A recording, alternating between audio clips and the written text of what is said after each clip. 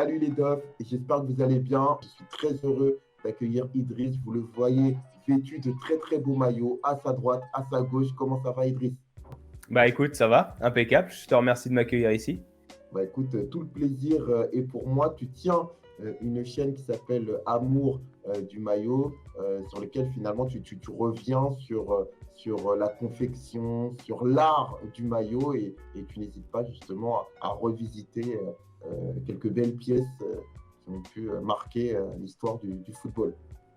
Bah ouais, voilà, c'est ça. C'est-à-dire qu'à la base, moi, la chaîne, je l'avais lancée. Bon, l'idée m'était venue au premier confinement, si tu veux, où j'avais commencé à écrire un peu un livre sur les maillots. Maillots, je collectionne depuis moi près de 20 ans. Depuis que je suis tout petit, j'ai toujours été passionné et intéressé par ça. Et puis pas que des maillots de foot, hein. Aussi pas mal de maillots de rugby ou de hockey sur glace. Et puis, ouais, j'ai décidé de lancer la chaîne à la fois pour partager ma collection. C'est vrai que j'ai à peu près, enfin je sais pas, je dois avoir peut-être 600 maillots en tout dans ma collection. Et je me suis dit que c'était dommage de ne pas le partager, que c'était aussi la meilleure des façons de le faire.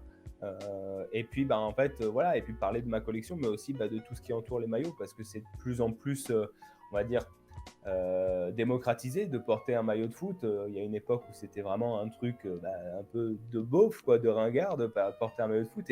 Et en fait, le maillot aujourd'hui est vraiment au cœur de tout. Et du coup, voilà, je me suis dit que le meilleur moyen de parler de ma passion, de l'actu des maillots, des technologies, de l'histoire des maillots, etc., c'était de créer une chaîne, d'où la chaîne. Hmm. Alors, moi, il y a un truc qui me fait mal au cœur sur les maillots d'aujourd'hui, c'est que je trouve qu'il y a trop de sponsors. Je ne sais pas toi ce que tu en penses, ou du moins, après, c'est bien évidemment, il y a un côté vieux con, dans le sens où si je repense aux sponsors de mon enfance, bizarrement, le Ola, je le trouve stylé, bizarrement, le Renault Truck, je le trouve stylé, bizarrement, le Ericsson, je le trouve stylé, tu vois. Mais j'ai l'impression que, et toi, tu me parlais de rugby, pour moi, de voir un maillot d'équipe nationale avec un sponsor, moi, ça me choque. Ouais, alors, il y a aussi, il y a le fait, je suis 200% d'accord avec toi. On les trouve aussi, les sponsors, les vieux sponsors, on les trouve mythiques déjà parce qu'il n'y en avait qu'un, souvent. Du coup, ça fait quand même un peu plus stylé. Moi, je connais beaucoup de collectionneurs qui collectionnent toujours les maillots avec sponsor parce qu'ils trouvent que ça habille. Après, la surcharge de sponsors, c'est franco-français en fait. C'est les championnats qui, entre guillemets, ont moins d'argent. Tu vois pas cette accumulation de sponsors en Angleterre, en Allemagne ou en Italie, par exemple, ni en Espagne. C'est vrai que c'est quelque chose de très français qui, malheureusement, n'est pas assez régulé. Et quand les clubs français jouent en UEFA, là, tu vois, du coup, ils ont le droit d'emporter qu'un sponsor et ça fait beaucoup plus cool, quoi. Malgré tout, moi, j'essaie de collectionner dès que je peux. J'essaie de collectionner, quand je collectionne pas des maillots portés en match, si tu veux, mais des maillots sans sponsor, quoi. Quand j'ai le choix entre un maillot avec sponsor ou sans sponsor, je le prends aussi sans sponsor. Et je suis assez d'accord avec toi. Mais au-delà de la surcharge des sponsors, moi, ce qui me fait surtout mal, c'est les sponsors mal intégrés, en fait, au maillot.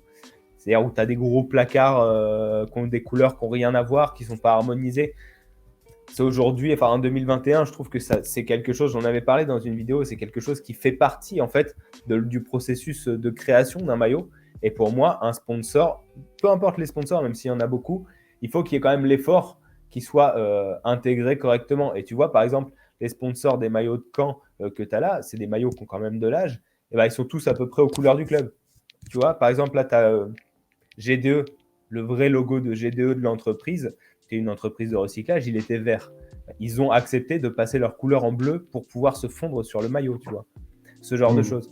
Je trouve que c'est un effort qui Mmh. devrait être vraiment consenti, quitte à avoir beaucoup de sponsors, autant quand même qu'ils se fondent au mieux dans les maillots. Mais ça, on pourrait en débattre pendant des heures. C'est vrai que ça fait vieux con, mais Mmh. Et moi, il y a un petit détail aussi que je trouve important, en tout cas qui m'a toujours permis de digérer les sponsors de manière un peu plus facile, c'est les sponsors qui finalement sont propres à une région. C'est-à-dire que ouais. tu vois le maillot d'un club et logiquement, le sponsor fait référence à quelqu'un de la région ou un produit du terroir. Enfin, pour moi, c'est un truc qui va de soi, voir un sponsor qui n'a rien à voir. Moi, c'est vrai que ça m'a toujours fait un peu bizarre, hein, mais encore une fois, je peut-être un poil conservateur à ce niveau-là. Bah, non, je suis assez d'accord avec toi. Alors après, effectivement, tout à l'heure, tu as cité Ericsson et Ola. Là, pour le coup, ça n'avait rien à voir avec la Oui, région. bah, Mais bien si sûr, tu prends, bien sûr. si tu prends les maillots de Caen, on a toujours eu cette tradition. C'est-à-dire que là, putain, je me vois à l'envers dans la caméra, je montre jamais le bon maillot. Le sponsor Philips, on avait un siège, on avait un gros siège de Philips qui se trouvait dans la région. C'est pour ça qu'ils sponsorisaient Malherbe sur les maillots extérieurs à cette époque-là. Malgré tout, GDE, c'est local. Brittany Ferries, c'est une compagnie de ferry qui faisait Normandie. C'est breton, mais c'est une compagnie qui faisait la Normandie jusqu'à l'Angleterre.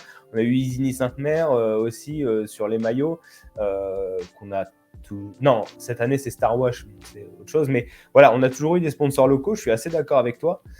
C'est quelque chose qui est à mettre en avant. Alors des fois, il y a un petit peu un côté trop campagne quand c'est un Mais peu. moi j'aime, Mais moi voilà. c'est ça que j'aime. Ouais, c'est assez, c'est vrai que c'est assez stylé et il y a des sponsors comme ça qui ont fait, qui ont fait en fait la réputation de certains maillots, si tu veux. Et il y a aussi des sponsors, quand tu as de la chance sur un maillot, tu as un sponsor à la fois local et internationalement reconnu, où là, ça fait vraiment cool.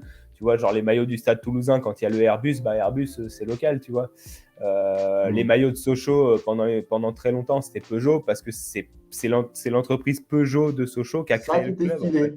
Ça, Ça, c'était c'était stylé, classe. moi, je trouvais. Ouais, c'est clair, parce que eux, ils avaient le droit quelque part d'avoir Mm. Peugeot, tu vois. Non, c'est vrai que je suis assez d'accord avec toi, ouais. Eh les mecs, vous cognez sur des plus petits que vous? Ah, ça a l'air vachement cool. Je peux jouer avec vous? Et s'il te plaît, tu peux me donner du feu? Ouais, tiens, voilà. Qui t'es, toi? Qui je suis? Je m'appelle Doraemon et je suis le boss de la bande de Santama.